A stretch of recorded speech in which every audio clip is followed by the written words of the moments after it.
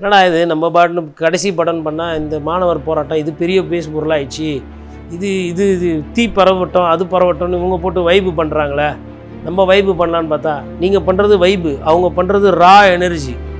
அங்கே போனால் ஸ்பீக்கரு பாட்டு ஆடல் பாடல்லாம் கிடையாது. அங்கே மாணவர்கள் தங்களுடைய பிரச்சனையை உணர்வுபூர்வமாக பேசுகிறாங்க.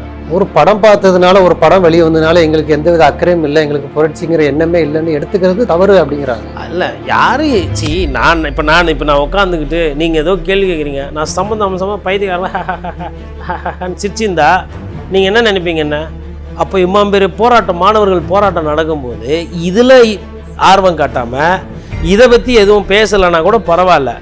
இது எங்கே திசை திருப்பிது? இது செய்தியில் வந்துடுது, இது செய்தியாகுது, கேமராலாம் இதை தான் கவர் பண்ணுது, நம்மளது அவ்வளோவா பற்றி பேச மாட்டேன்றாங்கன்னொன்னா அப்போ அந்த அரசியல் அல்பத்தனமான காழ்ப்புணர்ச்சியில் தானே நீங்கள் மடைமாற்றம் பண்ணுறீங்க. அவங்க யாருன்னா உங்கள் படத்தை பற்றி விமர்சனம் பண்ணுறாங்களா, எதாவது பண்ணாங்க, நீங்கள் ஆரம்பிச்சு. இன்னொன்று, அவங்க 28 நாளாக போராடுறாங்க. உங்களுக்கு தெரியுது இல்லை போராட்டம் ஒன்று நடக்குதுன்னு. யார் 2 நாள் தள்ளி வைக்கிறது படத்தை, இல்லை ஒரு 2 வாரம் தள்ளி வைக்கிறது? அது ஆல்ரெடி லீக் ஆன படம் தானே. இந்த போராட்டத்துக்கெலாம் வராதவங்களெலாம் என்னங்க சொல்கிறது அப்படின்னு நம்மளை தான் சொல்லிட்டாங்க, நம்ம ஃபஸ்ட்டு ஷோ பார்த்துன்னுக்குறோம், நம்மளை தான் சொல்லிட்டாங்க, ஜனநாயகன் படம் கொண்டாடுறோம், நிறைய பேர் கொண்டாட்டத்தில் இருக்கிறாங்க, பொதுவாக பேச விட உங்களை குத்துது அப்படின்னா அப்போ என்ன அர்த்தம்னா நீங்கள் அதில் பங்கு பெறல, இல்லை உங்களுக்கு அதில் ஏதாவது உடன்பாடு இல்லை. அப்போ நான் சோனம் ஷெட்டி போய் என்ன சொல்கிறாங்க, எங்களெல்லாம் ஜோக்கர் சொல்கிறாங்க. யார் சொல்கிறாங்க, எதுக்கு சொல்கிறாங்க? அப்போ பிஜேபியும் தாவேக்காவும் ஏன் ஒரே மாதிரி பேசுகிறீங்க? 2 பேரும் பேசி வச்சுக்கினீங்களா? அவங்கள கேட்டால் பாராளுமன்றம் நடக்கும்போது பேசக்கூடாதுன்றாங்க, உங்களை கேட்டால் ஜனநாயகம் படம் வரும்போது பேசக்கூடாதுன்றீங்க. அப்போ எப்போ பேசுறது? ஒன்று, இப்போ நீங்கள் பாராளுமன்றம் நடத்தி முடிச்சுட்டு இன்னும் 2 பசங்க செத்து போட்டாங்க, இறந்து போயிட்டாங்க, அப்போ நடத்தலாமா? சரி, ஜனநாயகம் படம் ஓடி 50 நாள் வெள்ளி விழா அது என்னென்னாவோ எல்லாம் முடிஞ்சதுக்கப்புறம் அப்புறம் இப்போ மக்கள் பிரச்சனையை பேசலாமா? என்னங்க நியாயம் இது? லிபர்டி தமிழ் நேயர்களுக்கு வணக்கம். இன்றைய நேர்காணலில் நாம் சந்திக்க இருப்பவர் பத்திரிகையாளர் கோட்டீஸ்வரன் அவர்கள். வணக்கம் சார். வணக்கம். நேயர்களுக்கு அன்பு வணக்கம். தமிழக முதல்வர் விஜய் அவர்களுடைய கடைசி படம் ஜனநாயகன் ரிலீஸ் ஆகிடுச்சு. ஒரு வழியாக முதல் முறையாக அந்த அதிகாரிகளோடு, அரசு அதிகாரிகளோடு பார்த்தாரு. அப்புறம் அமைச்சர்கள் அந்த எஃப்டிஎஸ்லாம் பார்த்து கண்ணீர் விட்டதெல்லாம் பார்த்தோம். இன்றைக்கு மீண்டும் 2வது முறையாக அந்த திரைப்பட குழுவினரோடு விஜய் அவர்கள் படம் பார்க்குறாரு. இதில் குறிப்பாக தமிழ்நாட்டில் நீட்டு பிரச்சனை, மாணவர்கள் அதிக அளவில் போராடுறாங்க, பல்வேறு இடங்களில் மாணவர்களை காவல்துறை மிரட்டுறாங்க, கைது பண்ணுறாங்க, இது போன்ற விஷயங்கள்லாம் வெளியே வருது. லாக்அப் டெத்து கூட இருக்குது. இவ்வளவு சிக்கல்கள் இருக்கும் பொழுது ஜனநாயகன் அதாவது 2வது முறை பார்க்கலாமா அப்படிங்கிற ஒரு கேள்வியும் எழுப்புறாங்க. உங்களுடைய பார்வை என்ன அந்த விஷயம் குறித்து? முதலில் முதல்வருக்கு அவர் நடித்த படம் ரொம்ப பிடித்திருக்கிறது. அது இன்னும் 2 வாட்டி கூட பார்ப்பார்னு நினைக்கிறேன். ஆல்ரெடி அந்த எடிட்டிங் அப்பொழுது அப்போ அது ஃபஸ்ட்டு வாட்டி ரிலீஸ் ஆகிறதுக்கு முன்னாடியே ஏதோ ஒரு சில காட்சிகள்லாம், அதாவது இந்த எடிட்டிங் சம்மந்தமாக, இந்த ப்ரிவியூ சம்மந்தமாகலாம் அவர் பார்த்தார் சொல்லி ஒரு தகவல். அப்போது வாட்டி பார்த்துட்டாரு, படம் நின்னப்போ, அப்போது ஃபஸ்ட்டு தேர்தலுக்கு முன்னாடி. அப்புறம் இப்போது அதிகாரிகள் அவங்க கூடலாம் போயிட்டு ஒரு காட்சி பார்த்துருக்காரு. இப்போ கிட்டத்தட்ட 3வது வாட்டி இப்போ பார்க்க போகிறார். அதே மாதிரி இந்த காட்சி வெளியில் வரனால அவர் பார்த்து முடிச்சிருப்பார்னு நினைக்கிறேன். ரொம்ப மன நிறைவாக இருக்குது. ஒரு முதலமைச்சர் அதாவது கடந்த காலத்தில் ஒரு பேட்டி எடுக்கிறவங்க எடப்பாடி பழனிசாமி கிட்ட கேட்குறாங்க, படம்லாம் பார்த்துருக்கீங்களா, நீங்கள் படம்லாம் போவீங்களான்னு. ஆனால் படத்துக்குன்னு போய் பார்த்தா பல வருடங்கள் ஆயிடுச்சு, கிட்டத்தட்ட 20 வருஷத்துக்கு மேலே ஆயிடுச்சு அப்படின்னாங்க. அதுக்கப்புறம் எம்ஜிஆரோட படம் ஒன்று ரீரிலீஸ் சமீபத்தில் ஆச்சு. அப்போ போய் பத்திரிக்கை கேட்குறாங்க, சொல்கிறார் 20 வருஷத்துக்கு மேலே. அதுக்கப்புறம் இப்போ தலைவர் படம்ன்றதுனால மூத்த அமைச்சர்களோடு பார்த்தேன். அதாவது கண்டிப்பாக எம்ஜிஆர் அவர்கள் படம் இந்த ஜனநாயகனை விட நல்லா தான் இருக்குன்றது விஜய் சாரே ஒத்துக்குவார். ஏன்னா எம்ஜிஆரோட அந்த காட்சிகள், அந்த நடிப்பு கிடிப்பெல்லாம் அந்த காலத்தில் இருந்தவங்களுக்கு. இப்போ எம்ஜிஆர் ரசிகர்கள் ஒரு எதிர்கட்சியில் இருந்தால் கூட ஒரு வாட்டி தான் பார்த்தாங்க அவங்களே ரீரிலீஸ் ஆனதை. ஆனால் இது 3 வாட்டி தலைவரே உட்காந்து பார்க்குறாருன்னும் போது இது ஒரு நல்ல சமிக்கைகள். அப்போ என்ன அர்த்தம்னா, நீங்கள் நான் 3 வாட்டி பார்க்கக்கூடாது, ரசிகர்கள், எம்எல்ஏ, அமைச்சர்கள்லாம் எத்தனை வாட்டி தோணுதோ பாருங்க, இது படம் சக்ஸஸ் ஆகணுன்ற மாதிரி ஒரு சமிக்கையாக நான் அதை புரிஞ்சுக்கிறேன். ஏன்னா அது திகட்டலை, அல்ல இனிக்காத ஒரு விஷயமாக தென்படுது. ஸோ அப்போ அது ஒரு நல்ல விஷயம். இப்போ நாட்டுக்கு தேவையான விஷயம், அதாவது நல்ல விஷயன்றது அவங்களுக்கு தேவையான நல்ல விஷயம், நாட்டுக்கு தேவையான விஷயம்னும் போது இப்போ நீட் தேர்வு ரத்தை எதிர்த்து போராட்டம். இன்றைக்கி காலையில் கூட தமிழக வாழ்வுரிமை கட்சி, அது பேரும் தாவேக்கா தான், ஒரு தாவேக்கா படம் போட்டு காட்சிகளை குதூகலமாக கொண்டாடி கொண்டு திருவிழா போல் ஜனநாயகம் படத்தை கொண்டாடிக்கிட்டு இருக்காங்க. அது ஜனநாயக திருவிழா. இன்னொன்று, ஜனநாயகத்துக்கு பிரச்சனை, ஜனநாயகத்தை காப்பாற்றணும்னு சொல்லிட்டு ஷாமினா போட்டு அங்கங்கே உட்காந்து மாணவர்கள் போராட்டம் பண்ணியிருக்காங்க. அதுக்கும் ஒரு தகவேக்கா தமிழக வாழ்வுரிமை கட்சி அவங்க வந்து கோயம்பேட்டில் இடம் கொடுத்து மாணவர்கள் போராட்டம் பண்ணுறதுக்கு அதுவும் ஒரு கட்சி. அந்த கட்சி சின்ன கட்சி, இத்தனைக்கும் அதுக்கு வந்து பெரிய அளவுக்கு ஆட்கள் கிடையாது. அப்புறம் மே 17 இயக்கம் ஒரு சின்ன ஒரு இயக்கம். அது மாதிரி இப்போது லைலா காலேஜில் வந்து நேற்று போலீஸ் வந்து போய் கெடுபிடிலாம் பண்ணியிருக்கிறாங்க. அப்போது என்ன நினைக்கிறாங்கன்னா, இந்த மாதிரி சிறிய இயக்கங்கள் சிறிய கட்சிகள்லாம் நம்ம வந்து மாணவர்களுக்கு உதவி பண்ணணும் அப்படின்ட்டு என்ன பண்ணுறாங்க, அவங்க அலுவலகம் கட்சி அலுவலகம், அப்புறம் அவங்களுக்கு சாப்பாடு, அப்புறம் அவங்களுக்கு குடி தண்ணீர்லேருந்து வேறு எதுனா வந்து அவங்களுக்கு சிரமம் இல்லாமல் அங்கே உட்கார கொள்ள ஒரு பாயை போடுறது, இல்லை ஒரு கார்பெட்டை போட்டு, ஒரு ஃபேன்லாம் கூட கிடையாது நிறைய இடத்துல. நானும் போய் பார்த்துட்டேன், பால நிலையம் போய் பார்த்தேன். அங்கே பார்த்தா பெரிய வசதிகள் கிடையாது. மாணவர்கள் அந்த ஒரு மாணவர்கள் பேசுகிறாங்க இல்லைங்களா அந்த பிரச்சனை குறித்து, அதை கேட்டு இன்னொருத்தர் வந்து எனர்ஜி ஆகிக்கிறது. மதிய நேரத்தில் பிஸ்கெட்டு, அதாவது பிஸ்கெட்னால் என்ன, அந்த 10 ரூபா பாக்கெட்டு 5 ரூபா பாக்கெட்டு பிஸ்கெட் பாக்கெட்டில் அத்தை சாப்பிட்டுட்டு சாப்பாடுக்கு கூட ஏஞ்சி போகாமல் அத்தை சாப்பிட்டுட்டு உட்காந்துக்கிட்டு கேட்டுக்கிட்டு இப்படி தான் போயிட்டுருக்கு. கிட்டத்தட்ட பல நாட்களாக போகுது. இப்போ இந்த போராட்டம் என்பது சின்ன சின்ன இயக்கங்கள் சிறிய கட்சிகள் எல்லாமே இப்போ இது உள்ளே இறங்கி அவங்களால முடிஞ்சதை பண்ணுறாங்க. இதில் முன்னாள் சட்டமன்ற உறுப்பினர் வேல்முருகன் காலில் பேசும்போது என்ன சொன்னார்னா, ரொம்ப தலைவலி கெடுபிடி கொடுக்குறாங்க, மாணவர்கள் கேட்டாங்க, நம்ம கட்சி அலுவலகத்தை நீங்கள் பயன்படுத்திக்கங்க, அங்கே வசதியெல்லாம் இருக்குது, அவங்களுக்கு ரெஸ்ட் ரூம் வேணும், குடிக்க தண்ணிலாம் நம்ம கட்சிக்கு யார் ஆஃபீஸ்க்கு வந்தாலும் பண்ணுவாங்க. மாணவர்கள் தமிழ்நாடு பிரச்சனைக்காக போராட்டம் பண்ணும்போது என்னென்ன அவங்களுக்கு தேவையோ அதெல்லாம் பார்த்துக்கங்கன்னு சொல்லிட்டேன். ஆனால் வரும்போது கொள்ளும்போது போலீஸ் வந்து கேட்குறது என்ன எதுக்கு யார் நோட்டம் பார்க்குறது அதெல்லாம் வந்து சரியில்லை. அதாவது எங்கள் அலுவலகத்தில் உட்காந்து பண்ணிக்கிறாங்க. அப்புறம் நான் வெளியில் விசாரித்தப்போ மற்ற இடத்துல இதை விட மோசமாக இருக்குது, என்ன இது, நான் எப்படி அவங்களும் தாவேக்காவும் தானே எங்கள் கூட சேர்ந்து போராடணும்னா. அப்போ நான் சொன்னேன், சார் 2 தாவேக்கா சேர்ந்தால் பிரச்சனை ஆகிடுமே அப்படின்னா. இல்லைங்க, மாணவர் பிரச்சனைக்காக வந்து யார் கூட வேணால் சேரலாம், ஆனால் நம்ம அவங்க கூட சேர போகிறது கிடையாது. ஏன்னா அவங்க பிஜேபி எதிர்ப்பு நிலையில் கம்மியாக இருக்காங்க, நம்ம பிஜேபி எதிர்ப்பு நிலையில் ஜாஸ்தியாக இருக்கிறோம், நல்லா செட் ஆகாது. ஆனால் இந்த மாதிரி கெடுபிடி எல்லா இடத்துலையும் தராங்கன்னு. அதேமாரி நேற்று பாலன் நிலையம் போய் பார்க்கும்போது அங்கே ஒரு சிலர் பேசுகிறாங்க. பேசும்போது என்ன பண்ணுறாங்க, பிரதமரையும் ஒரு சில கேள்விகள் கேட்குறாங்க, முதலமைச்சரும் கேள்வி கேட்குறாங்க. யாரையும் விடுறது கிடையாது, எந்த அரசியல்வாதியும் மாணவர்கள் விடுறதில்ல, எல்லாரையும் கிழிச்சு கேள்வி கேட்குறாங்க. அப்போ அந்த அமைப்பாளர்கள் ஒரு சிலருக்கு வந்து என்னென்னா பாதிப்பு வந்துடக்கூடாதுன்னு சொல்லிட்டு என்ன பண்ணுறாங்க, பேசும்போதே போயிட்டு இல்லைங்க ரொம்ப கான்ட்ரவர்ஷியலாக எதுவும் பேசிடாதீங்க, ஏன்னா நம்மளோட நோக்கமானது கொஞ்சம் விட்டால் திசை திருப்பிடுவாங்க, காவலர்கள் வந்து வெளியிலேருந்து கேட்டுக்கிட்டு இருக்காங்க. அப்போ என்னென்னா ஐஎஸ் வந்து எல்லா இடத்துலையும் போட்டிருக்காங்க, யார் என்ன பேசுகிறா, என்ன விட்டு கேட்குறது, இல்லை அவங்க பேசுகிறத ரெக்கார்ட் பண்ணுறது, அதை போயிட்டு மேலே சொல்ல வேண்டிய இடத்துல சொல்லி 4 பின்ன எதனா சிக்கல்னா இடையூறுகள், யார் வராங்க மீட்டிங்க்கு, யார் போகிறாங்க, யாரோட பேசுகிறாங்க, இதெல்லாம் பார்க்க. நான் என்ன கேட்குறேன்னா, நமக்கு இப்போ இதுதான் வேலையா? ஓரளவுக்கு பந்தோபஸ்துக்கு ஆள் ஒரு 2 பேரை போட்டுட்டு அமைதியாக விட்டுட்டா அவங்களே உட்காந்து அவங்களே கோஷம் போட்டு அவங்களோட போராட்டம் நியாயமாக முடிஞ்சவொன்னு கலைஞ்சி போகிறாங்க. அப்போது காவல்துறைக்கும் அழுத்தம் கொடுத்து இதை ஒரு இயல்பாக போராடுற மாதிரி தெரியல, மாணவர்கள் தன்னெழுச்சியாக போராடுற மாதிரி தெரியல, யாரோ தூண்டி விட்டு இந்த அரசுக்கு தாவேக்க அரசுக்கு எதிராக திட்டமிட்டு ஏதோ வேலை நடக்கிற மாதிரி ஒரு சந்தேகம் இருக்குன்னு நிறைய தரப்பினர் சொல்கிறாங்க. அமைச்சர் பள்ளிக்கல்வித்துறை அமைச்சரும் சொல்லியிருந்தார், ராஜ்மோகன் கூட சொல்லியிருந்தார். இதே பிரச்சனையை வந்து நேற்று மூத்த கம்யூனிஸ்ட் தலைவர் ஐயா கனகராஜ்கிட்ட கேட்குறாங்க. ஒரு லெவலுக்கு மேலே இந்த கேள்வி அவர் முன்னாடி வச்சோன்னா டென்ஷன் ஆகிட்டார். அவர் ஏன் டென்ஷன் ஆகிட்டாருன்னா, ஐயா கொஞ்சம் இந்த அவருக்கு கொஞ்சம் இதெல்லாம் ஜாஸ்தி, அந்த உணர்வுகள் எல்லாமே நிறைய. ஐயா கொஞ்சம் டென்ஷனாக இதான் ஒரு பேட்டி கொடுத்தார். சொன்னார், ஏன் யார் தூண்டுனது, அதாவது குழந்தைங்க இறந்துருக்கு, நான் எப்படி பார்த்தா நீங்கள் வைக்கப்படணும் வேதனைப்படணும், உங்களுக்கு கையால் ஆக்க முடியல மத்திய அரசால், அதனால் அவங்க மாணவர்கள் போராடுறாங்க. சரி, மாணவர்கள் தான் போராடுறாங்கன்னு பார்த்தா இங்கே இருக்கிற காவல்துறை அடக்குமுறை பண்ணுது.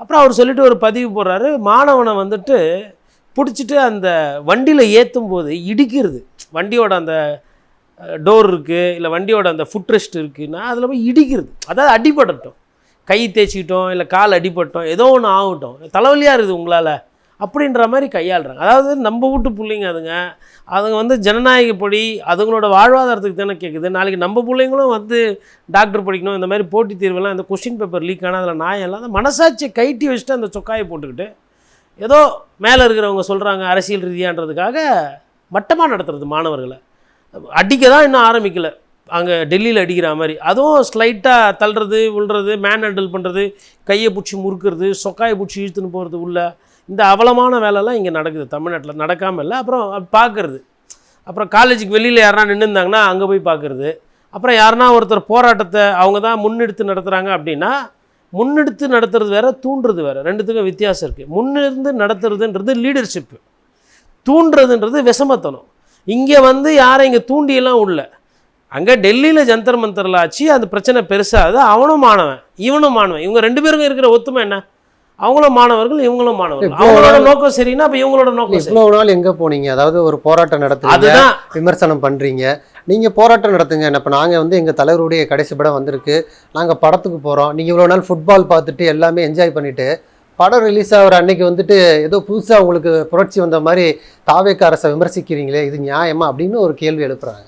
கரெக்டு தான். இப்போ அதே ஐயா ஜனகராஜ் அந்த பேட்டியிலே இன்னொன்று என்ன சொல்கிறாருன்னா, அப்படி ஒரு வேளை எங்கள் மேலே வந்து நீங்கள் தூண்டுறோம் அப்படின்னு நீங்கள் பழியை போட்டிங்கன்னா, எங்கெல்லாம் ஜனநாயகம் நசுக்கப்படுதோ, எங்கெல்லாம் மக்களோட தேவைகள் வந்து குறைக்கப்படுகிறதோ, எங்கெல்லாம் அநியாயம் அக்கிரமம் நடக்குதோ, அந்த இடத்துலலாம் கம்யூனிஸ்ட் கட்சி தூண்டி தான் விடும்.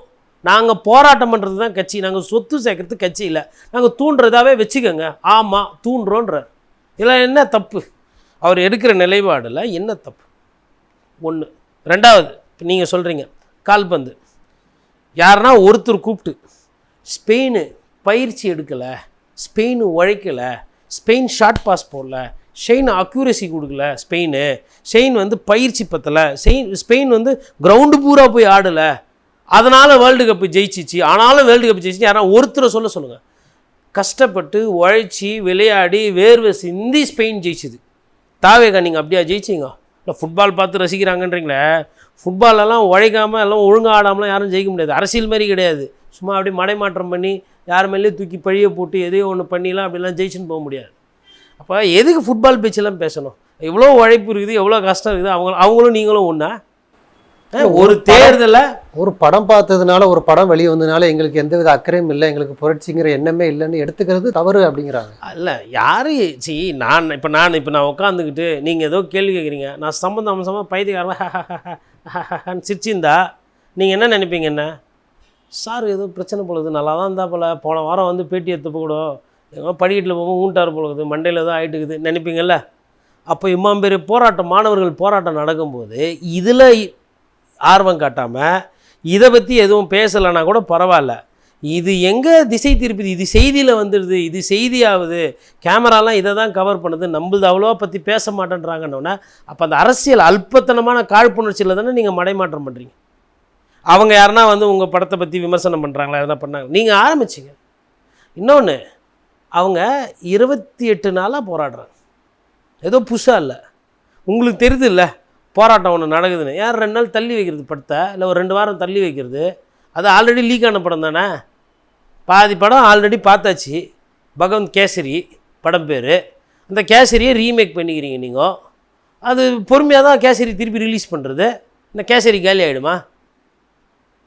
நான் என்ன சொல்கிறேன்னா, நீங்கள் அப்போ அவ்வளோ உங்களுக்கு உணர்வு பூர்வமாக உறுத்துது இல்லை? என்னடா இது நம்ம பாட்டு கடைசி படம் பண்ணால் இந்த மாணவர் போராட்டம் இது பெரிய பேசு பொருளாகிடுச்சு, இது இது இது தீ பரவட்டும் அது பரவட்டம்னு இவங்க போட்டு வைப்பு பண்ணுறாங்களே, நம்ம வைப்பு பண்ணலான்னு பார்த்தா நீங்கள் பண்ணுறது வைப்பு, அவங்க பண்ணுறது ரா எனர்ஜி. அங்கே போனால் ஸ்பீக்கரு பாட்டு ஆடல் பாடல்லாம் கிடையாது. அங்கே வந்து மாணவர்கள் தங்களுடைய பிரச்சனையை உணர்வுபூர்வமாக பேசுகிறாங்க. அவங்க வந்து பெரியாரை பேசுகிறாங்க, மார்க்ஸை பேசுகிறாங்க, அம்பேத்கரை பேசுகிறாங்க, அண்ணாவை பேசுகிறாங்க, சோனம் வங்சுக் பற்றி பேசுகிறாங்க, அபிஜித் தீப்கே பற்றி பேசுகிறாங்க. ஒரு காலத்தில் லால் பகதூர் சாஸ்திரி எப்படி பதவி விலகினாருலாம் பேசுகிறேன். மாணவர்கள் பேசுகிறதுங்க. நான்லாம் பார்த்து டி நகரில் போய் பார்த்துட்டு வியந்து போயிட்டேன்.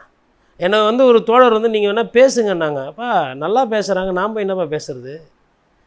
அந்த இடத்துல நம்மளை விட ஒருத்தங்க நல்லா பண்ணுறாங்கன்னா 10 அடி தள்ளி வந்து நின்று வேடிக்கை பார்த்துட்டு வந்துடணும். அதான் நாகரீகம்.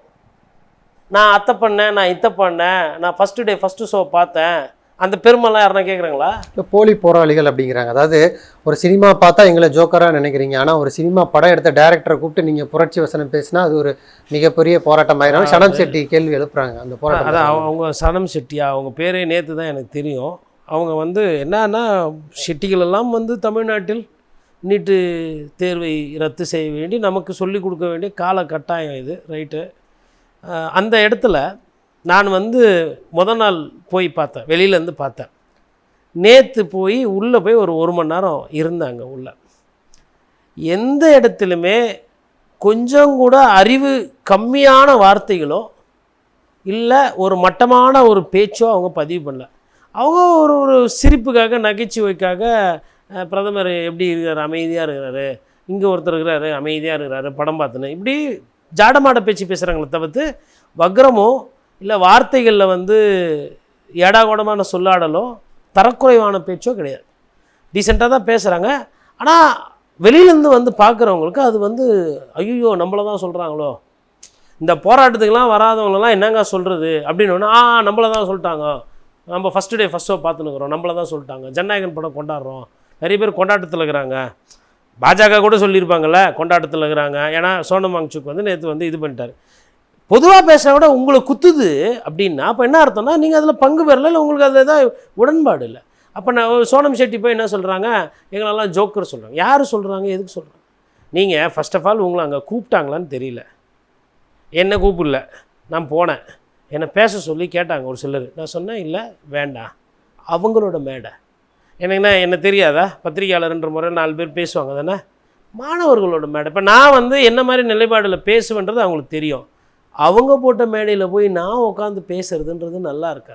நான் பார்வையாளனா மாணவர்களோட அந்த போராட்டத்தை பார்க்கணும், அவங்களோட உணர்வுகளை நான் பங்கு பெறணும். இன்னும் ஓப்பனாக சொல்லணும்னா டிப்ரெஷனில் இருந்தோம் அப்படின்னா அவங்க கூட போய் ஒரு 1/2 மணி நேரம் இருந்தால் மனசு நிம்மதியாக இருக்குது. ஏதோ அதாவது அடுத்த தலைமுறை இப்படி போதே, சமுதாயம் இப்படி போதே, எல்லாம் ஃபோனை வச்சு இப்படி தள்ளின்னு இருக்குதுங்களே இப்படின்னு நினைக்கும் போது அவங்கள போய் பார்க்கும்போது அடாடா தமிழ்நாடு தப்பிச்சிக்கும், ஒன்றும் பிரச்சனை இல்லை. நிறைய பேர் அப்படி இருக்கட்டும், ஆனால் கொஞ்சமாக இருந்தால் கூட காட்டை எல்லா மிருகமும் காப்பாற்றாது. காட்டை காப்பாற்றுறதுக்குன்னு ஒரு சில லட்சணம் வேணும். அது வந்து புலியாக இருக்கணும், இல்லை சிங்கமாக இருக்கணும், இல்லை சிறுத்தையாக இருக்கணும், இல்லை யானையாக இருக்கணும். இதுதான் காட்டை காப்பாற்றுறது. இதுதான் அந்த சைக்கிளை பேலன்ஸ் பண்ணுறது. கடலில் நிறைய மீன் இருக்கும், ஆனால் கடலை காப்பாற்றுறதுக்கு கடல் ஆமையும் சொராவும் திமிங்கலமும் வேணும். இவ்வளோ மீன் இருக்கும் நிறைய, அதெல்லாம் சொராவோ திமிங்கலமாவோ இல்லை இப்படி படத்தில் வர சொரா மாதிரி வர்றது கிடையாது. எது சதமோ, எது நிஜமோ, எது உண்மையான பிரச்சனைக்கு நிற்குதோ அதுதான் சதம். அப்படியே அந்த மாணவர்களை பார்த்தேன். அந்த நிகழ்ச்சியோடு நான் பாட்டுன்னு வந்துட்டேன் பைக் எடுத்துகிட்டு. ஒரு சிலர் அங்கே போய் பேர் எடுக்கணும், பெருமை பேசணும். அதாவது அவங்க என்ன ஆதங்கத்தை சொல்கிறாங்க. அதாவது நீங்கள் போராடுறீங்க, புரட்சி பண்ணுறீங்கன்னு சொல்கிறீங்க, நாங்கள் எங்கள் தலைவருடைய கடைசி படத்தை பார்க்குறோம், அதுக்காக நீங்கள் வடநாட்டில் மாணவர்கள் போராடுறாங்க, இங்கே சினிமாவில் கொண்டாடுறாங்கன்னு சொல்லி இழிவுபடுத்துறது தவறு அப்படிங்கிற ஆதங்கத்தை நான் என்ன கேட்குறேன். நீங்களும் உங்களுக்கும் கட்சி ஆஃபீஸ் இருக்குதுல்ல, பனையூரில் பெரிய கட்சி ஆஃபீஸு, அதுக்கப்புறம் ஆளுகின்ற கட்சி.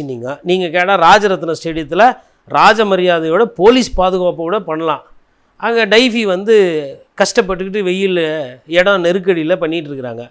அதாவது ஆட்களை விட பேரிகேடு அதிகமாகுது. எக்மோரில் ஆள் 100 பேர் இருக்கிறாங்கன்னா 150 பேரிகேடு இருக்குது. எதுக்கு? அப்போ நீங்களும் போராட்டம் பண்ணலாம்ல. நீங்களும் மாணவர்கள் தானே, உங்களுக்கும் நீட் தேர்வு ரத்து வேணுன்றது தானே உங்கள் கொள்கை. விஜய் சார் வந்து விஜய் அண்ணா வந்து அனிதாவுக்கு அழுதவர் தானே, அனிதாவுக்கு நியாயம் கேட்டவர் தானே, கையில் ஃபோட்டோலாம் வச்சுன்னு பேசினவர் தானே. என் தங்கச்சி அனிதா, என் தங்கச்சி அனிதா, என் தங்கச்சி அனிதா நாங்களா சொன்னோம்? முன்னாடியே சொல்லிட்டார்ல அவர். முன்னாடி சொல்லிட்டா. அனிதாவோட அண்ணன் எங்கே இருக்கிறாரு? அங்கே போய் போராட்டம் பண்ணிட்டு இருக்காரு ஜந்தர் மந்தரில். சரி, அவர் ஒரிஜினல் அண்ணன், நீங்கள் சும்மாக்கா அண்ணன். மாணவர்கள் நீங்கள் ஒரு வார்த்தை சொன்னால் அப்படின்னா அப்படி நிற்க போகிறாங்க. உங்களுக்கு மனசு வரலையா? சின்ன கட்சி தமிழக வாழ்வு உரிமை கட்சி, அது பேரும் தாவேகா தான். வேல்முருகனுக்கு தோன்றது உங்களுக்கு தோணலைல்ல? மே 17 இயக்கம் அவங்களுக்கு தோன்றது உங்களுக்கு தோணலைல்ல? லயலா காலேஜ் மாணவர்களுக்கு தோன்றதில்ல? சட்டக்கல்லூரி மாணவர்கள் தோன்றது உங்களுக்கு தோணலைல்ல?